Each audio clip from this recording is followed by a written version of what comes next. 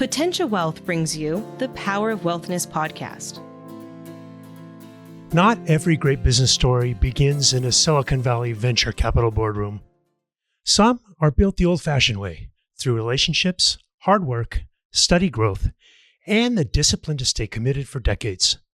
Our guest today is Stan Vuckovich, a San Jose State graduate who spent more than 40 years helping grow a regional furniture business into a thriving enterprise before successfully exiting and entering into a new chapter of life. His journey reflects a different type of success story, one grounded in resilience, operational excellence, community leadership, and the pursuit of balance between achievement and personal fulfillment. Today, we're going to talk about what it takes to build a real business over time, how wealth and purpose evolve after an exit, and why wellness and lifestyle become increasingly important in the later stages of success. Stan, welcome to the Power of Wellness. Thank you. It's great to be here. You ran a very successful business. Did you know when you were in school that that's what you were going to do? I think if somebody would have walked up to me when I was walking across campus at San Jose State, past the Ivy Tower, I would and said, "Young man, when you graduate from this institution of higher learning, you're going to be an office furniture salesman." I probably would have punched him in the mouth. It's not at all what I had planned for my life. It just kind of fell into my lap, and it turned out okay. So you're at San Jose State. What were you studying at the time? I was a marketing student, and I was working. If you guys remember the old department store, Bullock's. I remember Bullock's had a furniture clearance center in Campbell, and I was working part-time, and I had a pickup truck. So they were going out of business. So I was being, squeezed out of my job, and I ended up delivering mattresses and box springs, dressers, using my pickup truck during my lunch break and my dinner break. So I had like 3 different things I was doing with Bullock's. And when they went out of business, because I had worked with furniture, it was suggested I talk to Steve Kaplan. Your entrepreneurial spirit already kicked off when in college. You're taking your truck and moving furniture around. It's a curse. I mean, it is a curse. I can't turn that part of my brain off. I retired 3 years ago, and I can't help, walking into your business and asking questions about what services you offer, which ones do you outsource. I go into the hair salon, I count the ceiling tiles. I figure out that it's, 120 square feet by, $5 is just the going rate. And I run a P&L in my head. I can't turn the stuff off. Yeah. You're broken. I'm broken, and I'm trying to relax and golf and surf, but it's, you can't let it go. We'll get to the retirement piece in a minute. Yeah. Let's get back to San Jose State. So how did you get into the furniture business? What was the connection there? So, one of my fraternity brothers, Mike Goodman, was graduating, moving back to Encino, and he just suggested, "Hey, your job is going to end soon. Do you want to talk to Steve Kaplan, a Spartan alum who owns a business in the area?" And so I still very active at San Jose State. Still very active at San Jose State. Yeah. So I interviewed with Steve, and in 1983. I took a $5 an hour position, working 20 hours a week in the afternoons. When I finished school, I'd drive down to KBM, and I got some good business experience. And that was really the reason for going to work there. I was pursuing a degree in business and marketing, and thought this was something that was relatable to that. Yeah, you had no idea what you were working into. So how many years did you work for Steve before you took over the reins? So Steve retired in 2009. Yeah, 2000. It was actually the end of 2008. It was, we transitioned the business at that point. I became a partner 10 years before that, but we transitioned the business. I brought in 2 young partners that ultimately would replace me. But that's the succession plan. And Steve was the third owner of KBM. KBM started in 1946. It was the acronym is Kennedy Business Machines, and Roy Kennedy sold to the top sales guy, Joe Philbrick, who sold to the top sales guy, Steve Kaplan, who sold to the top sales guy, Stan Vuckovich, who then sold to the top sales guy, Mark Daly. Nice. So that's kind of the history there. Yeah. So how big was KBM when you took it over? So when I took it over in 2009, we were 14 people, 8.4 million in sales. We immediately, hit a downturn. And it was a battle. And it was, kind of like, what did I get myself into? And then when you exited, how large was the business? 3 locations: San Jose, San Francisco, Sacramento, 140, 150 employees, 30 of them in the Philippines, that did a lot of the back office support, and 150 million in sales, annual sales. That's a big jump. What were some of the major things that got you through that growth? One of the challenges in Silicon Valley, and your business, my business, we're not the glamour industries. It's the what the technology companies are doing and the life science companies are doing and the kinds of work environments they create. We're constantly competing with these really, really strong companies with great HR initiatives. And then within our own industry, we've got competitors that are constantly, the recruiters are constantly. So, the HR initiative was really important. And I would say that we focused on a type of person that we wanted to hire. We hired a lot of people with degrees in design, a lot of them out of San Jose State or Academy of Science in San Francisco. And so just good, talented people, paid them well. We upgraded our facilities to move into Class A space and build out showrooms that are reflective of the types of clients that we're pursuing. And so I think between those two things, the people initiative and the showroom initiative, really gave us kind of a jump on our competitors. And then the growth just came from a sales culture of just, coming in every day, trying to grow the business and thinking that way and building a team around that concept. What would you say was one of the most influential things that helped you grow your business and kind of take control of that growth? Yeah. So I would say, what I just described was organic growth, right? And we had some really nice organic growth, and if you can grow your business 10% organically, that's a nice growth. And we would, we could grow 10 or 15% a year, but when you take a company from 8.5 million to 150 million, you need something more than organic growth. So I would say the merger that we did with Hogue was the biggest event, I think, in my career. The kind of my best moment as a leader was making the decision to, I pursued 2 of my competitors for a couple of years until the folks from Hogue were ready. They were headquartered in San Francisco with a smaller branch office in Sacramento. We were headquartered in San Jose. And that merger that created KBM-Hogue really gave us the reach, the regional reach to become really important to our manufacturer. And then the growth from that, the 3 offices building on each other. Mergers are always tough. And there's, the first year was pretty brutal. But at the end of the day, it was the best move ever.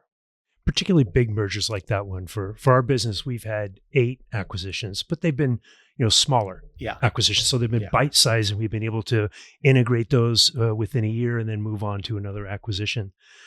I've always had, as I've been building my business, advisors that, and they've been different advisors at different levels in growth. Who's been an advisor for you in your journey? Well, Steve Kaplan. Yeah. So I came to work for Steve, and Steve's 20 years older than me, and out of San Jose State, and kind of grew up in the area, and so he was a great advisor for me. I'll tell you, I had people like we had a COO named John Halter who I was always good at sales, that doesn't mean I was good at business. And so, understanding P&Ls, understanding some of the HR issues and just there's so much in business that beyond sales. And Yeah. so those were the people that were important to me. But I'll tell you, my executive development, by far the biggest impact was being a member of Vistage. Vistage is an international organization of CEOs, and there's Vistage groups all around the country. I think there's 40 or more in the Bay Area. Each Vistage groups tend to be about 15 members, and they're typically CEOs of mid-market companies, anywhere from 5 million to a couple hundred million. And we would spend one day a month in somebody's boardroom, one of the members, processing issues that people, face. And just learning from 14 people around the table that are smarter than you is, it's the greatest. It was the greatest asset. And, I loved the Vistage experience, and I recommend it for young executives. I did the same thing. We've had small groups regionally, but then as I grew, we needed something bigger. So going to conferences with other people in the industry was always helpful. It was because they're your peers, and also those that are doing other things, other ways, are bigger than you are, so that you can see what's going on. My poor staff, every time I come home, they're like, okay, what are we going to change today? Yeah. So yeah. And, and a program like that, when with your business, you come in every day, and a lot of times you got your head down. It's just heads down work, heads down work, heads down work. You're working in your business.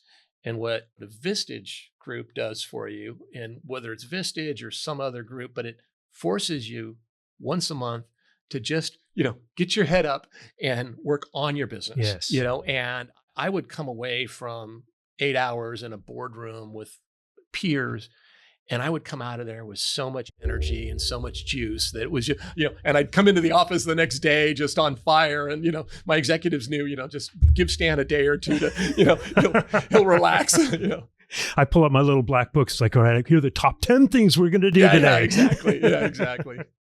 You talk about having your head down and working through. You took over this business in 2000, just after the 2008 economic downturn. Yep.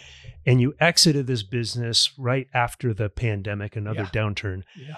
What is it you did to get through the times like that? Real leadership is evident when things are going bad.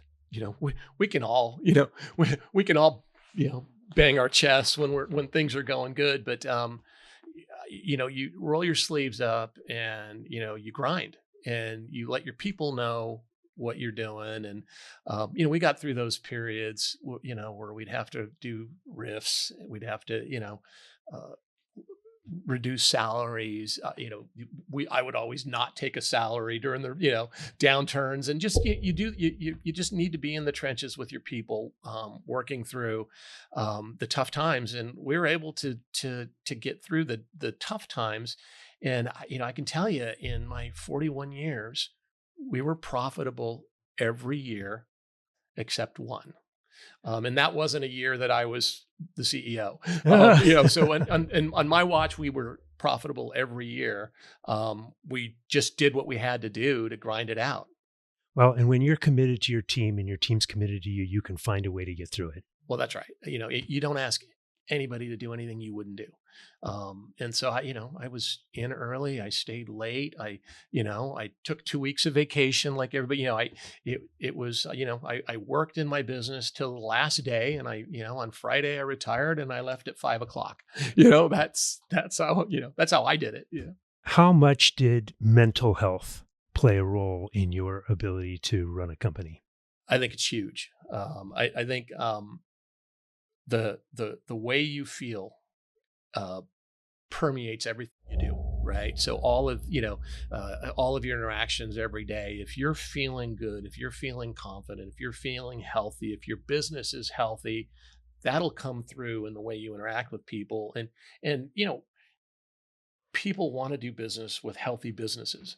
For me, it was, everybody's different. For me, it was sports. I played a lot of sports growing up, played soccer at a high level. So I would surf, I'd play soccer, I played in basketball leagues, went to the gym all the time, and just every day after work, I would go reduce that stress that built up at the gym or out in the ocean. And I think that for me was really important. Yeah.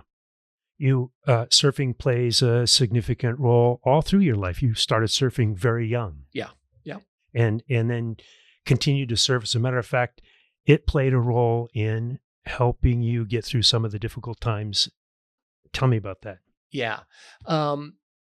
So during the pandemic, for instance, so imagine, you have an office furniture dealership, and your job is to go out and sell office furniture to people that work in offices. And the Board of Health comes in and says, you're not allowed to work at at an office. And I'm like, okay, I'm trying to sell office furniture to people that can't use their office. I'm a good salesman. That's not a little that bit good. of a problem. Yeah, right? it is a problem. So that was a stressful time. And, at that same time, if you guys can remember, gyms were closed, and so the one thing that never closed was the ocean. And I can remember I would, both of my kids were home. The pandemic. My mother-in-law was living with us. We have dogs and cats, and so I would go to Santa Cruz and work from Santa Cruz. We have a little beach house over there, and I would be grinding it out all day trying to get PPP loans. Working with my Vistage guys, with all the CEOs, trying to figure out what do we need to do to get through this period. And you just work yourself into knots. But I knew at 5:00. I could put my wetsuit on and paddle out for an hour and a half and just exhaust myself. And, the salt water just kind of cleanses all the Silicon Valley toxins out of your system. And, you're like a new man. It's so yeah, the surfing was during those times, it was really a wonderful outlet. So Vistage also helped you figure out that you needed to have an exit plan in place for your business. Yeah, and that's really an interesting, you could sit down with 15 CEOs of mid-market companies and say, what's your exit strategy? And they'll all look at you with confidence and say, well, I'm going to sell my business when I want to retire. Oh, really? What age? Well, I don't know. Well, who are you going to sell it to? Well, I don't know. I'll sell it to somebody, I'm sure. Well, what are you going to do to improve your return? How are you going to position it? Are you going to sell it to a strategic buyer? How are you going to do it? And it's interesting. 9 out of 10 of the new members would come. They have no idea how they're going to exit their business. And so when you join a Vistage group, they require you to put a plan together, and your presentation of your company initially, you have to include an exit strategy. What does it look like, and how are you going to do it? And I just think that's super valuable. So a piece of that was you had a surfboard that you kept on the wall. Tell me that story. Yeah. So, I worked for Steve Kaplan for 20 years before I bought him out. And, when you're the CEO, you get to, make the decisions. And, we had a warehouse, and, there was things that, that I would have done that I ended up doing differently. Yeah. What I wanted to do is I wanted some way of, after I bought him out after 20 years, I wanted some way of reflecting my personality in our showroom. And so I went to a Santa Cruz surf legend, Johnny Rice. And I said, hey, Johnny, actually, when you call Johnny, you talk to his wife. And so, I'm talking to his wife. And ultimately I said, Johnny, I need you to shape a surfboard for me. And I want to put my company logo on it. And I want it to be like 3.5 inches thick and 9'6", single fin, classic, board that a 60-year-old guy can paddle. And I was in my late 40s at that time. And he goes, but Stan, you're not 60. I go, I will be the day I ride it. And so Johnny shaped a board for me. He sent me to a printer that could print the KBM workspace logo on rice paper. And he glassed that right into the board. And on the underside of the board on the stringer, he wrote, work hard, retire early, and enjoy the surf. Signed, Johnny Rice. Nice. And he passed away about 5 years after that. And so I have a nice picture of him, and that board hung in the cafe at KBM for 10 years, 11 years. And I would walk over to it at times and just talk to it. I'd look at it up there and I'd say, it's going to be okay. Yeah, it's going to be fine. Like if I was having a tough time with a vendor, an employee, a client, I would just say, one of these days it's just going to be you and me, and the day that I retired, they threw a party for me that was a board ceremony. And so the whole thing was, they invited the architectural design community and our manufacturers and employees. And I came to pick up the board, and we had a nice party. And I drove off and put a light coat of wax on it, surfed it one time, and took the wax off and hung it on the wall at our beach house. And it sits there today just to remind me of what a great run it was. Nice. Tell me a little bit about life for Stan after retirement. It's an adjustment, but I can tell you, there's really not a day that I miss having a line of credit with personal guarantees. I know that one. 150 potential HR issues every day. I know that one. Yeah. They're just with bankers and clients, and it is nice. When you own a business, it's kind of like it's with you all the time. It's like a passenger, and it's in your head, and on your weekends, at night, always. When you retire, it gets really quiet. Like, it's not there.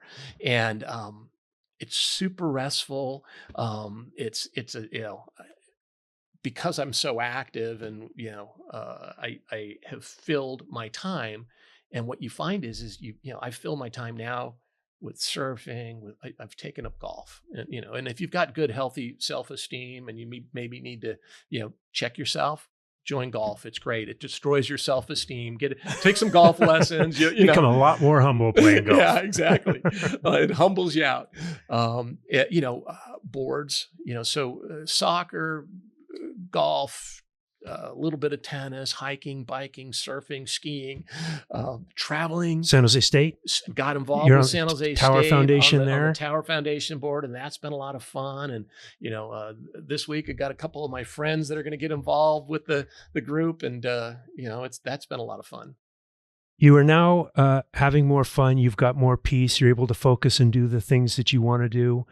What does wealthness mean to you today? I'm actually, it's funny that I'm doing this interview, but I'm uncomfortable talking about wealth. I'm one of those people, where you don't, I always thought when you meet somebody for the first time and they ask you, where you went to school or what you do for a living, let me just get to know you. Yeah.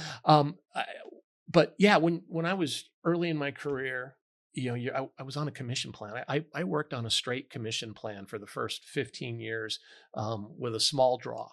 And so I was very motivated monetarily. As you start to mature and you have some success, I realized that really it's, wealth to me really meant freedom. And it's, the freedom to do what you would like to do, when you'd like to do it, with who you'd like to do it with. At the end of the day, I think, that wealth equals freedom, and that's a good thing. Yeah. Well, you've done a great job of building a very successful business and passing that on. You've done a really good job of having an impact in the world. And it's been a really good conversation. Well, thank you. Thank you. I think, the thing that I got, you were at the event that we had, and the golf event. Yep. With a lot of my friends. And, one of my buddies said to me, he goes, at this point in our lives, we're in our early 60s. He says, there's 3 phases of life. There's the learn when you're young. There's the earn when you're middle-aged, and now we are in the return phase of our lives. And so, giving back to the community, working with San Jose State, helping family members and friends, and, doing the things in the, surf aid, and you name it, there's a lot of places to go. And be able to use the success you had in your career to do good and really ultimately to feel good. So that's the Vuckovich story for what it's worth. Stan, thank you for sharing your journey.